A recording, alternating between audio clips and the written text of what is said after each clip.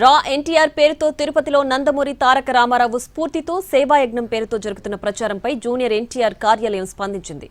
రా ఎన్టీఆర్ అనే సంస్థకు తమకు ఏం సంబంధం లేదని క్లారిటీ ఇచ్చింది. ఎన్టీఆర్ తరపున ప్రాతినిధ్యం వహించే హక్కు ఎవరికీ లేదని తేల్చి చెప్పింది. ఎన్టీఆర్ అభిమానులు సంయమనం పాటించాలని, అనధికారిక సమాచారాన్ని నమ్మొద్దని సూచించింది. ఎలాంటి సమాచారమైనా తమ ఆఫీస్ నుంచే వస్తుందని చెప్పింది.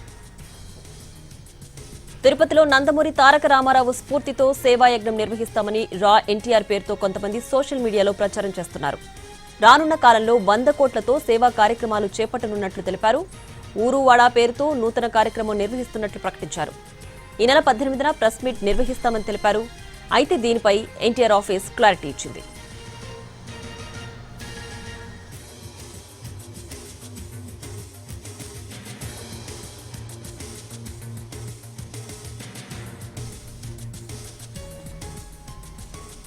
రా ఎన్టీఆర్ పేరుతో తిరుపతిలో నందమూరి తారక రామారావు స్ఫూర్తితో సేవాయజ్ఞం పేరుతో జరుగుతున్న ప్రచారంపై జూనియర్ ఎన్టీఆర్ కార్యాలయం స్పందించింది.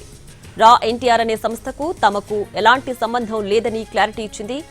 ఎన్టీఆర్ తరపున ప్రాతినిధ్యం వహించే హక్కు ఎవ్వరికీ లేదని తేల్చి చెప్పింది.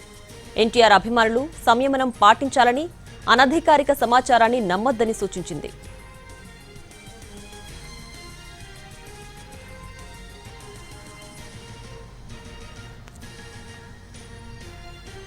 ఇక రా ఎన్టీఆర్ వెలువడించిన ప్రకటనకు సంబంధించి జూనియర్ ఎన్టీఆర్ కార్యాలయం స్పందించింది. దీనికి సంబంధించి పూర్తి డీటెయిల్స్ మా స్పెషల్ కరెస్పాండెంట్ ఫణి ఫోన్ లైన్లో అందిస్తారు. ఫణి, నిన్న జరిగిన ఎన్టీఆర్ రాజకీయాల్లోకి వచ్చే సమాచారానికి సంబంధించి ఎలాంటి సంబంధం లేదని ఎన్టీఆర్ కార్యాలయం నుంచి ప్రకటన వెలువడింది. ఏంటి పూర్తి డీటెయిల్స్ దీనికి సంబంధించి?